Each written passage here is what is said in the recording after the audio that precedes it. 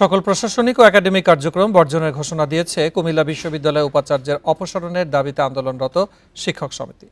তবে ভর্তি পরীক্ষা এই কর্মসূচির আওতামুক্ত থাকবে। দুপুরে বিশ্ববিদ্যালয়ের শিক্ষক লাউঞ্জে শিক্ষক সমিতির জরুরি সাধারণ সভা শেষে এই সিদ্ধান্তের কথা জানান বিকাশে কম খরচে ক্যাশ আউটের লিমিট বেড়ে 50,000, প্রিয় এজেন্টও 2টা।